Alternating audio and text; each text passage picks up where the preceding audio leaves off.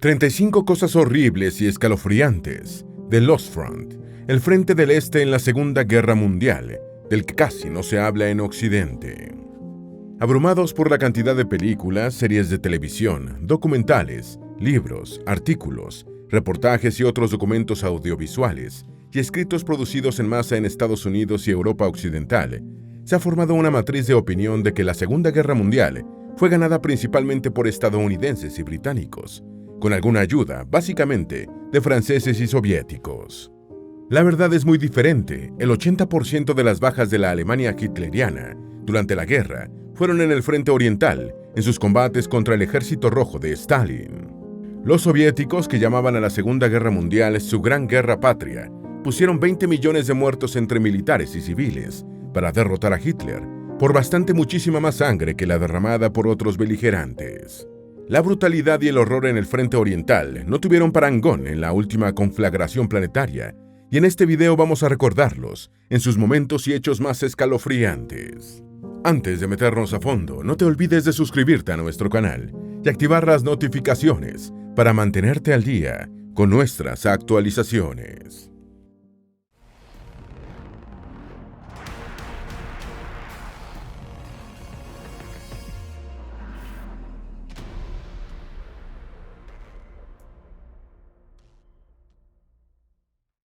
Número 1. La Operación Barbarroja de Hitler marcó el comienzo de la Segunda Guerra Mundial para la Unión Soviética y Stalin.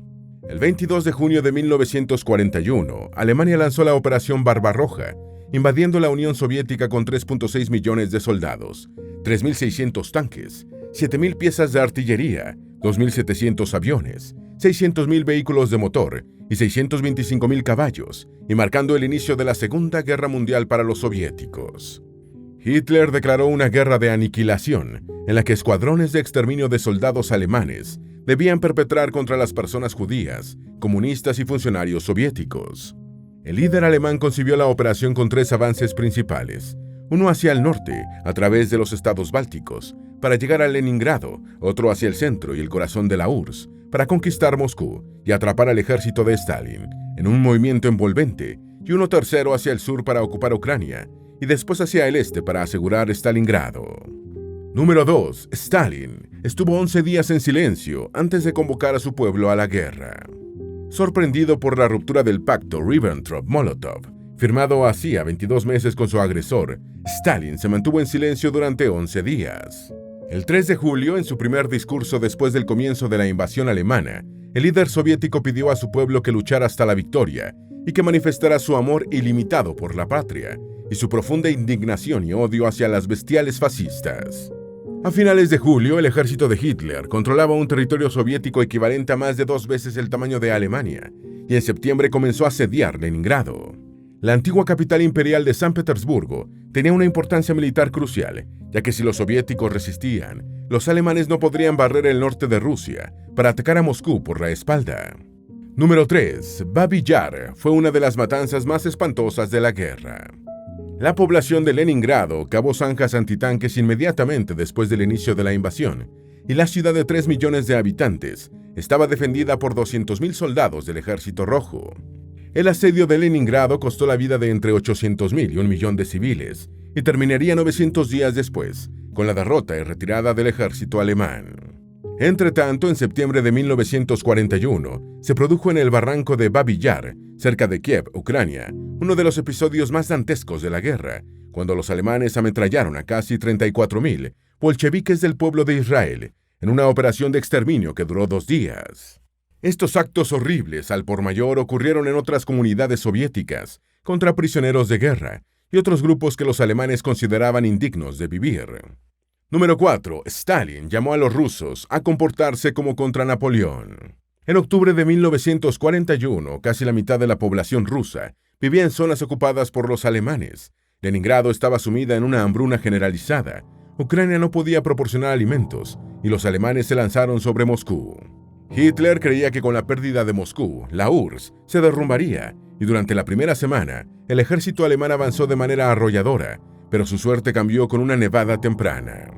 En noviembre, Stalin cambió su retórica bélica y comenzó a hablar de una gran guerra patriótica, y no solo de un conflicto para asegurar la supremacía del comunismo, comparando el momento histórico con otros de profundo arraigo entre los rusos, como la invasión napoleónica. En enero de 1942, los soldados alemanes, carentes de lo necesario para combatir en invierno, sufrirían una decisiva derrota en la batalla de Moscú. Número 5. Estados Unidos entró en la guerra tras el ataque japonés a Pearl Harbor. El 7 de diciembre de 1941, el Imperio de Japón atacó la base aeronaval estadounidense de Pearl Harbor en el Pacífico, lo que motivó la entrada de Estados Unidos en la guerra. Para ese momento, el Ejército Rojo había sufrido 4.5 millones de bajas en el frente oriental. En abril de 1942, Hitler reveló la Operación Azul, un plan para impedir que el petróleo ruso llegara al ejército soviético, bloqueando los campos petroleros de Bakú, Maikop y Grozny. En julio, el Führer alemán cambió de idea y ordenó que el grupo de ejércitos del sur se dividiera en dos frentes separados, el A y el B. El grupo A avanzaría en dirección sur, hacia los yacimientos petroleros de Bakú, en Azerbaiyán, y el grupo B avanzaría por el este sobre Stalingrado, para controlar el Volga y bloquear el suministro de petróleo a la URSS. Bakú nunca fue capturado. Número 6. La derrota alemana en Stalingrado marcó un punto de inflexión en la guerra. La batalla de Stalingrado, la más sangrienta en la historia de la humanidad, comenzó en agosto de 1942, y la derrota de los alemanes y sus aliados italianos, húngaros y rumanos marcó un punto de quiebre en el curso de la guerra. Murieron más de 2 millones de personas, entre soldados de ambos bandos y civiles, incluyendo 1.1 millones de tropas soviéticas. Con la derrota alemana en Stalingrado en febrero de 1943, el ejército de Hitler ya no volvería a tener la iniciativa en el frente oriental en el transcurso del conflicto. Solo unos 40.000 soldados alemanes pudieron ser evacuados de Stalingrado, quedando casi 300.000 a merced del frío y el hambre. La crucial victoria soviética confirmó lo que los aliados ya sospechaban, respecto a que Alemania no tenía suficiente capacidad logística para cubrir un inmenso frente que abarcaba desde el Mar Negro hasta el Ártico. Número 7. Stalingrado se hizo legendaria por la actividad de los francotiradores. Aparte de ser la batalla más sangrienta de la historia, Stalingrado marcó otros hitos. Fue la primera derrota importante de Alemania en la guerra y la primera ocasión en la historia en la que un mariscal de campo alemán, Friedrich Paulus, era capturado vivo. Además, después de la destrucción de la ciudad por los bombardeos, se produjo un enfrentamiento legendario entre francotiradores agazapados en los edificios en ruinas. Entre los historiadores hay consenso en que Alemania empezó a perder la guerra en Stalingrado, a pesar de que todavía quedarían 2 años de combates entre los aliados y la Alemania de Hitler. Los informes de inteligencia del espía soviético de origen alemán, Richard Sorge, fueron decisivos para que Stalin trasladara tropas de Siberia a Stalingrado. El líder soviético dijo en esos días: Sorge salvó a la Unión Soviética. Número 8. En Kursk se peleó la batalla de tanques más grande de la historia. Los rusos avanzaron 500 kilómetros por el noroeste, ocupando Kursk y Yarkov. Sin embargo, en febrero de 1943, el general alemán Heinrich von Manstein lanzó una contraofensiva por iniciativa propia y recuperó Yarkov. Entonces Hitler vio una oportunidad de lanzar otra ofensiva que le permitiera tomar la iniciativa, atacando Kursk. Este era un movimiento peligroso y sus oficiales le recomendaron al líder alemán optar por una guerra defensiva y no ofensiva. Sin embargo, Hitler ignoró a sus generales y empezó a movilizar tropas hacia Kursk, mientras que el mariscal soviético, Georgy Zhukov, avisado por su inteligencia de los planes alemanes, fortalecía sus posiciones. Cuando comenzó la batalla de Kursk, los soviéticos tenían sobre el campo de batalla casi 1,5 millones de soldados y 3.600 tanques, contra casi 1 millón de tropas alemanas y 2.700 tanques, para lo que sería la batalla de blindados más grande de la historia. Número 9. En Kursk combatieron 2.110 aviones alemanes contra más de 3.000 rusos. Para Alemania, la batalla de Kursk era de vida o muerte, ya que si no lograba derrotar totalmente a los soviéticos, se quedaba sin reservas para emprender otra ofensiva. El mismo líder alemán dijo a su ejército: esta operación es de una importancia fundamental. Debe concluir con un rápido y decisivo éxito. Cada jefe y cada soldado habrán de ser debidamente preparados para que se den cuenta de la importancia decisiva de esta ofensiva. La victoria de Kursk será un faro que iluminará al mundo. Los combates comenzaron el 4 de julio del año 1943, y mientras en tierra se peleaba la mayor batalla de tanques de la historia, la aviación soviética y la Luftwaffe se enfrentaban en una lucha aérea también sin precedentes. Número 10. En medio de la batalla de Kursk, los aliados invadieron Europa por Sicilia. La cantidad de bajas soviéticas era alarmante, pero con su reserva de hombres que parecía inagotable, Stalin estaba en mejor posición que Hitler, para quien cada soldado perdido era un pequeño paso hacia una gran derrota.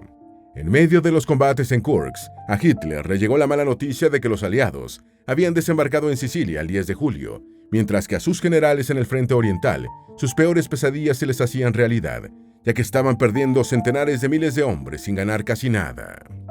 Hitler ordenó paralizar la ofensiva en el este para mover tropas hacia la invadida Italia, aunque muchos de sus soldados ya estaban en orden de batalla cuando llegó el mandato del líder. Número 11. Después de la batalla de Kursk, muchos generales alemanes se convencieron de que iban a perder la guerra. El balance de la batalla de Kursk para Alemania fue de 200.000 hombres, 1.000 tanques y 200 aviones perdidos. Los soviéticos perdieron 600.000 hombres, 1.500 tanques y 1.000 aviones, pero aún así obtuvieron una victoria estratégica, ya que podían reponer hombres y armas, mientras que para Alemania la situación con los recursos humanos era insostenible. De hecho, Kursk fue la última ofensiva alemana a gran escala durante el conflicto mundial. Hitler perdió para siempre el impulso, y muchos de sus generales empezaron a darse cuenta de que iban a perder la guerra. Número 12. Los soviéticos comenzaron su avance hacia el Dnieper. Aprovechando que el ejército alemán estaba concentrado en su ofensiva en Kursk, el flanco occidental del Ejército Rojo atacó Smolensk, que fue liberada el 25 de septiembre de 1943. Sin embargo, el avance de las tropas de Stalin hacia el río Dnieper fue tan imprevisto y rápido que el segundo ejército alemán, al mando del mariscal Walter Model, casi quedó completamente aislado. El 3 de agosto los rusos comenzaron la operación Polkovodets-Rumyantsev en los frentes de Voronezh y de la Stepa, sorprendiendo de nuevo a los alemanes, cuya inteligencia había informado que las tropas enemigas en estas dos áreas estaban muy disminuidas después de Kursk. Esta información era verdadera, pero los generales alemanes una vez más volvieron a subestimar la capacidad rusa para reabastecerse de hombres. Número 13. Hitler se negó a hacer una retirada general de Ucrania, a pesar de que su posición era insostenible. Los soviéticos liberaron a Belgorod y por segunda vez a Yarkov, y en septiembre los alemanes enfrentaban ofensivas enemigas por 3 frentes, desde el centro, el suroeste y el sur. El 23 de septiembre de 1943, el Ejército Rojo cruzó el Dnieper y el 24 de diciembre llegó al oeste de Kiev y empezó a atacar con fuego de artillería a los ejércitos del sur alemanes.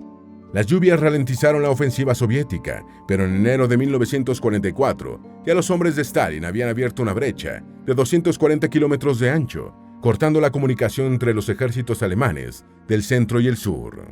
A comienzos de primavera, la situación alemana en Ucrania era insostenible, pero Hitler se negó a ordenar una retirada general, y en abril cayó Odessa, y en mayo Sebastopol.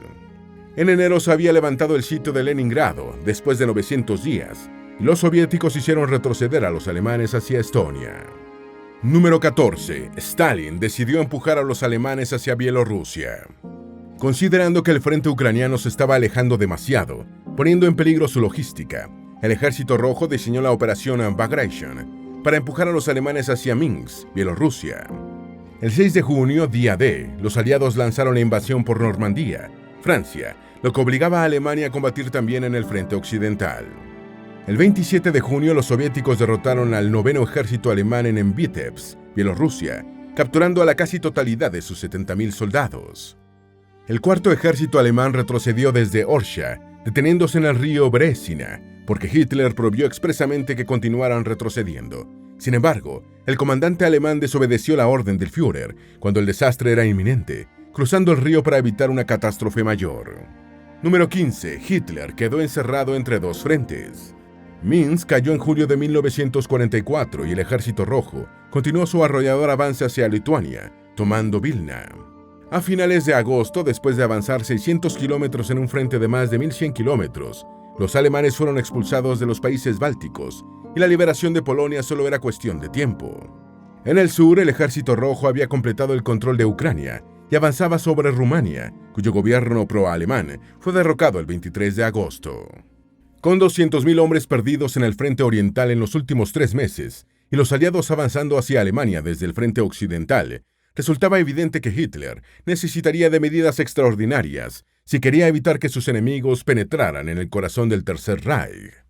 Número 16. Alemania aplastó el alzamiento polaco, ejecutando a 250.000 de civiles. Con el ejército rojo a poca distancia de Varsovia, los polacos se animaron a levantarse masivamente contra los ocupantes alemanes.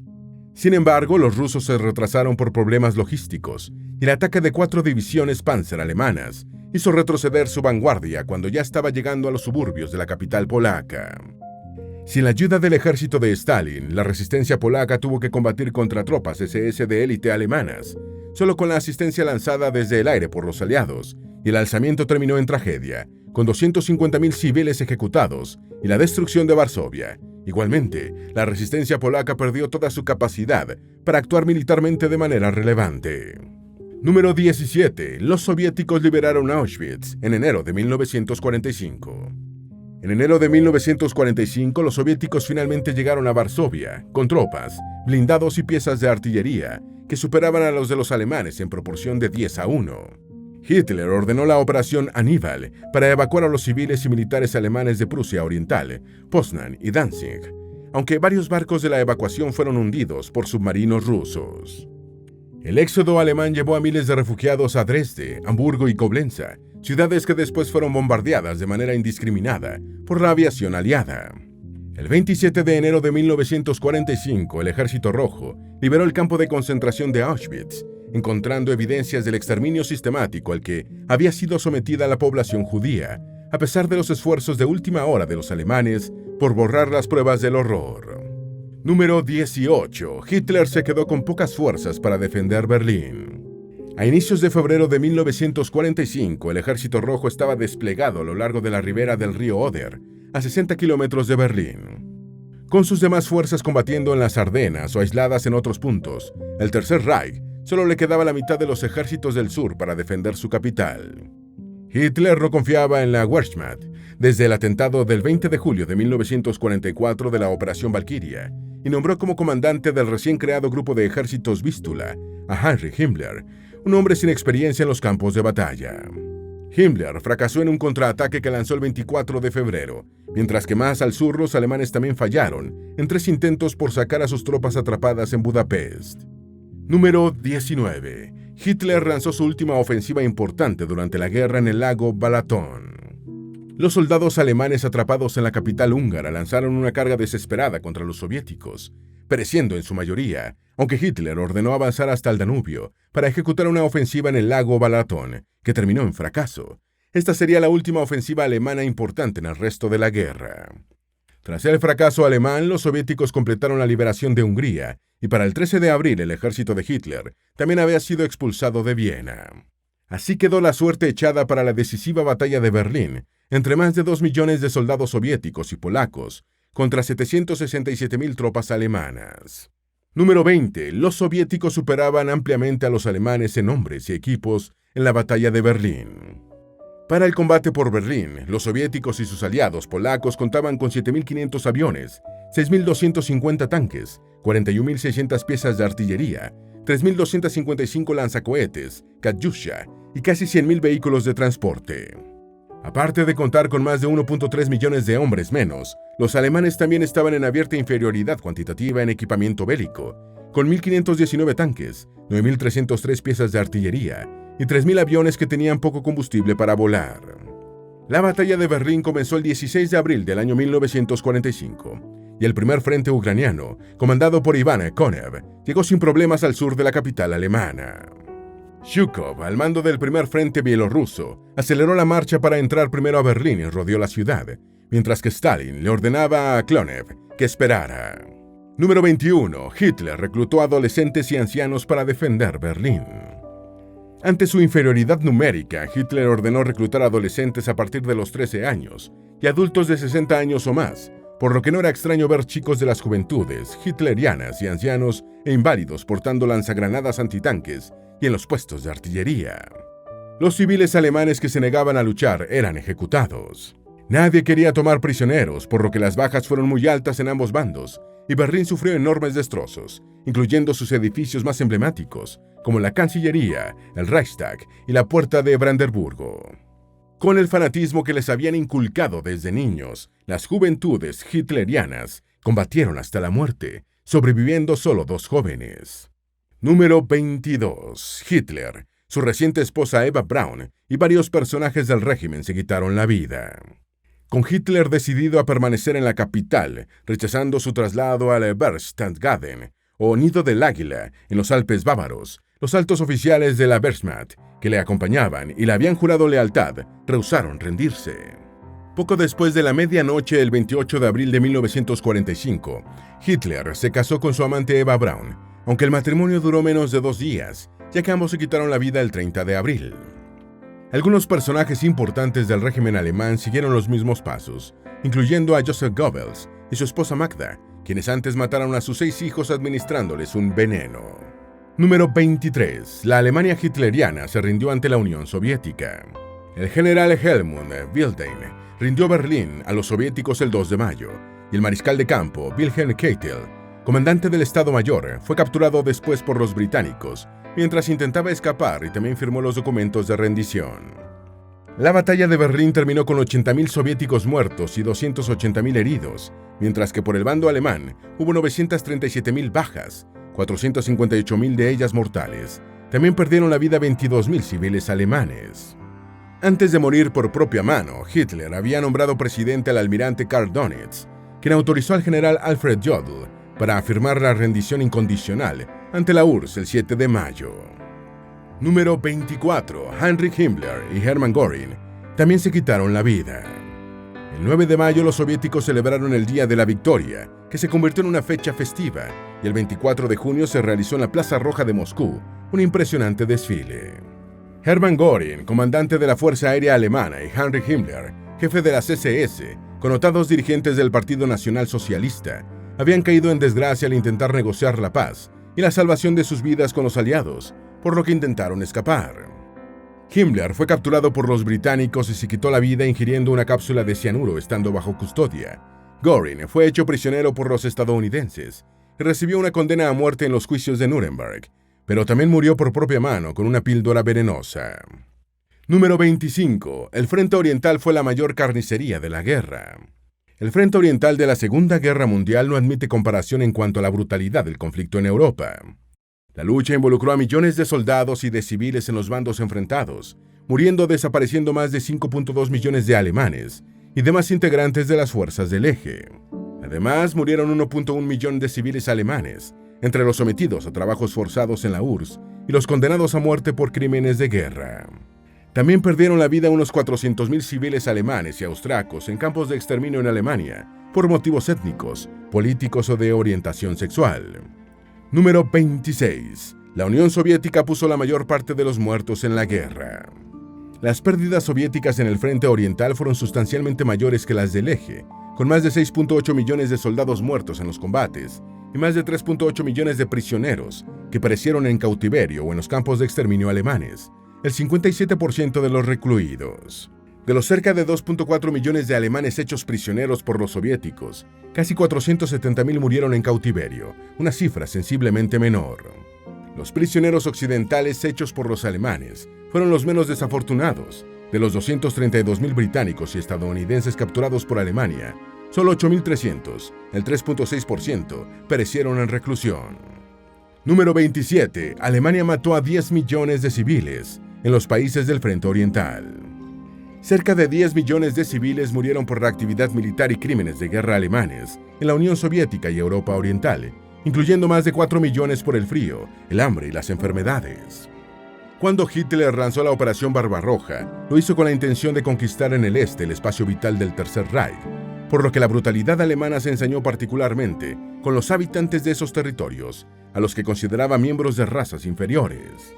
La utilización de la táctica de tierra quemada, tanto por Hitler como por Stalin, envió a la muerte por hambre y frío a millones de personas y dejó las ciudades destruidas, notablemente Varsovia y Stalingrado, que quedaron en ruinas. Número 28. Prusia Oriental fue repartida entre Polonia y la Unión Soviética. Siguiendo los acuerdos establecidos en la Conferencia de Yalta y en la Conferencia de Potsdam, Polonia obtuvo territorio de Alemania por el oeste, pero tuvo que ceder territorio a la URSS por el este. Silesia, 2/3 de Pomerania y la mitad oeste de Prusia Oriental pasaron a soberanía polaca, mientras que la otra mitad de Prusia Oriental pasó a manos de la Unión Soviética, un espacio actualmente ruso bajo la denominación de Oblast de Kaliningrado. Alsacia y Lorena fueron devueltas a Francia, que también ocupó la región del Sarre, principal reserva carbonífera alemana. Sin embargo, el Sarre fue declarado zona libre europea en 1954, y 3 años después sus ciudadanos optaron por ser de nuevo alemanes. Número 29. Alemania perdió el 25% del territorio que tenía antes de que Hitler iniciara sus anexiones. Los Sudetes fueron devueltos a Checoslovaquia y Austria fue declarada de nuevo una nación independiente, aunque por un tiempo se mantuvo ocupada por las naciones vencedoras. En total, Alemania perdió 1/4 parte del territorio que tenía antes de que el régimen hitleriano comenzara sus anexiones. Alemania y Austria se convirtieron temporalmente en países ocupados, divididos en 4 zonas de ocupación administradas por cada una de las 4 potencias triunfantes: Estados Unidos, la Unión Soviética, el Reino Unido y Francia. En 1949, ante el temor de que Stalin reunificara Alemania por la fuerza, Estados Unidos, el Reino Unido y Francia unificaron sus territorios en Alemania Occidental y la parte ocupada por la URSS se convirtió en Alemania Oriental. Las monarquías de Rumania, Bulgaria y Hungría llegaron a su fin y eventualmente se convirtieron en estados de la esfera soviética, junto con Polonia y Checoslovaquia. En Yugoslavia, el poder pasó a manos del héroe de guerra Josip Broz Tito. Número 30. Se sabe mucho menos de los soldados soviéticos que participaron en la guerra que de los occidentales. Se sabe mucho menos de los soldados del Ejército Rojo que lucharon en el Frente Oriental que de los británicos, franceses, estadounidenses y de otras nacionalidades que combatieron por los aliados en otros frentes. Esta falta de información sobre los luchadores del Este tiene varios motivos. Terminada la guerra en 1945, los archivos soviéticos se mantuvieron en secreto por más de 4 décadas, y solo fue durante la segunda mitad de los años 1980 cuando periodistas e historiadores pudieron acceder a la documentación sobre los combatientes, momento en el que muchos ya estaban muertos. Durante la guerra, los soldados soviéticos tenían prohibido llevar diarios y los pocos que violaron la orden tuvieron que hacerlo en secreto. Parte de esta documentación se perdió en el paso del tiempo y otra quedó en manos de familiares, sin facilidades para ser consultada. Número 31. Los francotiradores de la guerra fueron mitificados. Lo que se ha dicho sobre los soldados soviéticos durante la Segunda Guerra Mundial son básicamente mitos, aunque muchos combatientes anónimos hayan protagonizado actos heroicos similares a los que aireó la propaganda. No es seguro que muchos de los eventos presentados en películas, documentales y otros documentos hayan realmente existido. Los francotiradores soviéticos fueron glorificados, especialmente los que intervinieron en Stalingrado. Sobre los francotiradores existe la percepción generalizada de que son seres especiales, tiradores natos y asesinos de frío corazón. Sin embargo, en su libro, Ivan's War, o La Guerra de Iván, Catherine Merridale señala que eran simples extrabajadores de fábricas, oficinistas y estudiantes. Número 32. El héroe militar soviético fue presentado como el hombre perfecto. La Unión Soviética prohibió los relatos sobre la guerra que pudieran expresar o insinuar que sus soldados sentían miedo, cometían actos atroces, como asesinatos o violaciones, o simplemente se embriagaban. Incluso algo tan común en situaciones de tensión, como el uso de palabrotas, era censurado en las historias. Según Merridale, el soldado soviético debía ser sencillo, saludable, fuerte y amable, con visión de futuro, desinteresado y sin miedo a la muerte. No habría indicios de pánico, fracaso o duda que empañaran la historia, y mucho menos la sugerencia de que este podría ser un hombre que saqueó las ciudades que su ejército vino a liberar. Número 33. Las historias sobre la guerra debían ser previamente autorizadas por el Estado soviético.